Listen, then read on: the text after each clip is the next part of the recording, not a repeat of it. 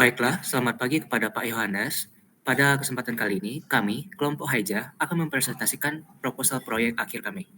Pada proyek akhir kami akan membuat aplikasi bernama Haija Library. Sebelum itu, perkenalkan kami terlebih dahulu. Saya Adrian Chandra dengan MPM 81. Berikutnya ada Nicholas Edison dengan MPM 003 sebagai ketua. Ada Rico Andreas Kartono dengan MPM 37 dan Hokin Hebert dengan MPM 78. Latar belakang.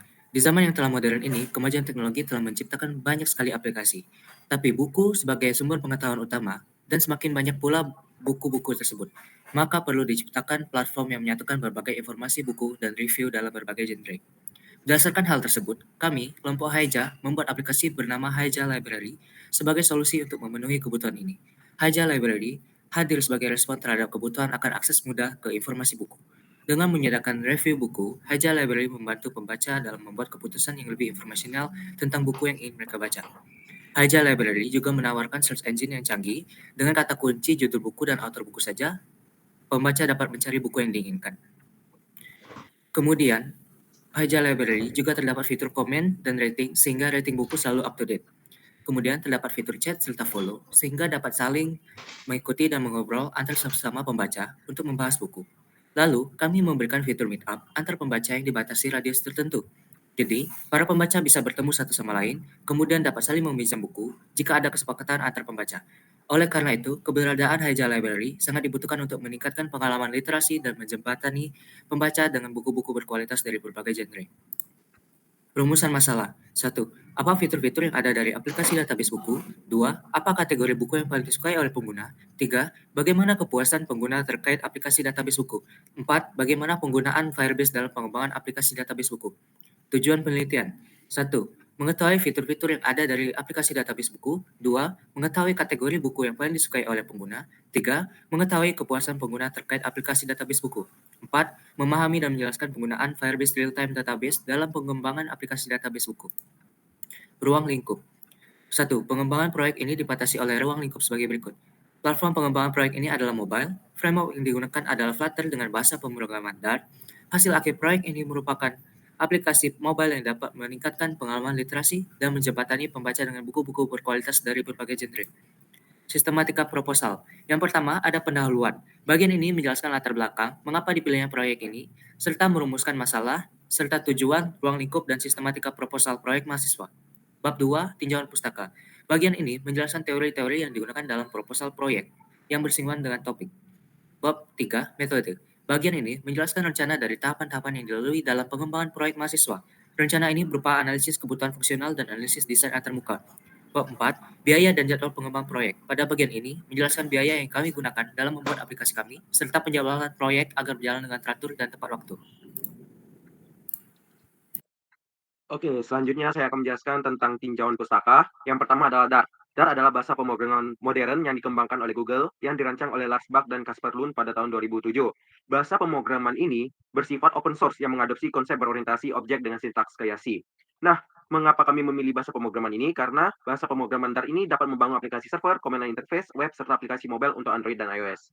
Kemudian Flutter. Flutter adalah sebuah software Development Kit SDK yang dikembangkan oleh Google untuk membangun aplikasi mobile yang memiliki performa tinggi dan dapat diterbitkan pada platform Android dan iOS dari satu codebase. Nah, mengapa kami memilih Flutter Framework ini? Karena Flutter Framework ini memungkinkan pengembangan aplikasi untuk iOS dan Android dengan kode yang sama. Kemudian UI yang indah dan konsisten, serta rendering berbasis GPU, sehingga aplikasi cenderung lebih cepat.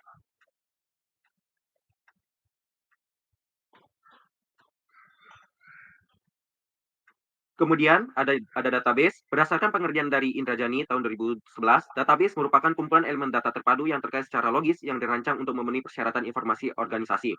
Lalu, yang keempat adalah Firebase. Firebase merupakan sebuah platform pengembang aplikasi yang dimiliki oleh Google yang menawarkan berbagai layanan untuk mempermudah pengembangan aplikasi web dan seluler. Salah satu komponen dari Firebase yang akan kami pakai adalah Firebase Real-Time Database. Nah, Firebase Real-Time Database ini adalah sebuah database cloud yang menyediakan sinkronisasi data secara real-time dan menggunakan format JSON. Dengan Firebase Real-Time Database ini, pengembang dapat menyimpan dan mengambil data dari cloud dengan cepat dan mudah, serta melakukan sinkronisasi data secara real-time antara berbagai pengguna dan perangkat. Dan yang terakhir, metode pengembangan perangkat lunak waterfall. Nah, jadi dalam metode ini kami menggunakan metode waterfall. Jadi metode waterfall ini berdasarkan Syamsiah, Sairan, dan Solika dalam Kurniawan et al. Tahun 2020. Waterfall adalah model klasik yang memiliki sifat berurut dalam rancang software. Jadi metode waterfall ini adalah metode dengan pendekatan linier yang mana kita mengerjakan secara berurutan, mulai dari analisis hingga maintenance. Nah, di sini ada beberapa langkah dari waterfall. Yang pertama yaitu analisis. Jadi kami menganalisis dahulu tujuan aplikasi yang ingin kami buat. Nah, di sini tujuan aplikasi kami yaitu memberikan informasi serta hiburan kepada seluruh orang mengenai berbagai macam buku yang ada di dunia ini, sehingga buku semakin banyak dikenal oleh berbagai orang. Yang kedua, desain. Nah, desain ini kami buat dengan menggunakan Figma. Setelah desain telah dibuat, maka kami akan melakukan implementasi. Implementasi ini adalah membuat kode program sesuai dengan desain yang telah dibuat di Figma. Lalu pengujian, setelah selesai, kami akan melakukan testing apakah aplikasi dan kode program yang telah kami buat sesuai dengan harapan kami. Dan yang terakhir, maintenance. Apabila aplikasi ini berhasil di-launching, maka tahap maintenance baru bisa dilakukan. Oke, sekarang saya akan menjelaskan tentang metode. Saya akan menjelaskan dari use case diagram dari aplikasi Haja Library. Yang pertama itu user. User pertama-tama harus melakukan register. Setelah melakukan register, barulah user dapat melakukan login dengan akun yang dibuat melalui proses register ini. Setelah user melakukan login, barulah si user dapat melakukan lihat detail buku, lihat profil user lain, lihat profil pribadi, melakukan fitur meetup, ataupun melakukan pengaturan aplikasi. Nah, di pengaturan aplikasi, user dapat memilih mode, yang mana user dapat memilih light mode atau dark mode. Lalu, user juga dapat memilih bahasa, mengizinkan meetup, ataupun logout dari akun yang sedang dipakai. Lalu, si user juga dapat melakukan fitur meetup. Fitur meetup ini adalah fitur di mana aplikasi Haija mempertemukan user dengan user lain dalam radius 10 km. Lalu, selain itu, user juga dapat melihat profil pribadi dan mengubah data pribadi yang ada pada profilnya. Data pribadi yang dapat diubah adalah foto profil, nama, dan juga biodata. Lalu, si user juga dapat melihat profil user lain, yang mana ia dapat tambahkan menjadi temannya ataupun memulai obrolan dengan user tersebut.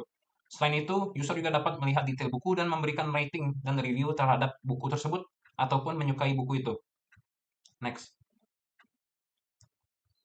Berikut adalah tampilan dari register screen. Jadi, pertama ada text field untuk username, email, password, confirm password, dan juga tombol register. Kemudian ada screen login yang dapat dilihat seperti ini. Next. Nah, lalu ada screen home screen.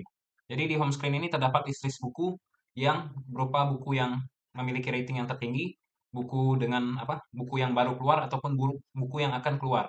Next. Nah, di sini ada detail screen. Oke. Nah, ini adalah halaman dari kategori screen. Lanjut. Nah, ini adalah favorite screen. Jadi, favorite screen ini isinya adalah buku-buku yang telah kita sukai.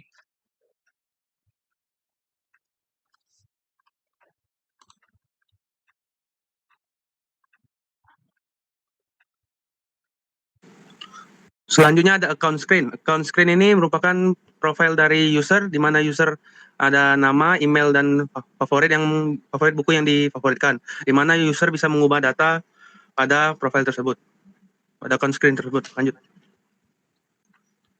Kemudian ada rating screen, di mana user bisa men-rating buku yang telah dibaca. Selanjutnya.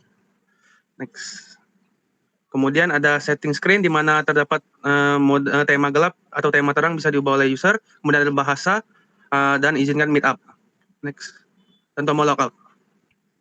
Kemudian ada meetup screen, di mana user bisa bertemu dengan antar user dengan radius 10 km. Next. Selanjutnya ada jadwal pengembangan proyek. Jadwal pengembangan proyek ini terdapat ada 11, yang dimana pertama ada pembuatan proposal yang selesai pada bulan 3 dan bulan 4 awal ini. Kemudian ada login screen, register screen, home screen, account screen yang diperkirakan akan selesai pada bulan 4. Kemudian ada kategori screen, favorit screen, dan rating screen yang diperkirakan akan selesai pada bulan 5. Kemudian ada setting screen, meetup screen, dan laporan akhir yang diperkirakan akan selesai pada bulan 5 dan 6. Sekian presentasi dari kelompok kami. Mohon maaf apabila ada kesalahan. Terima kasih.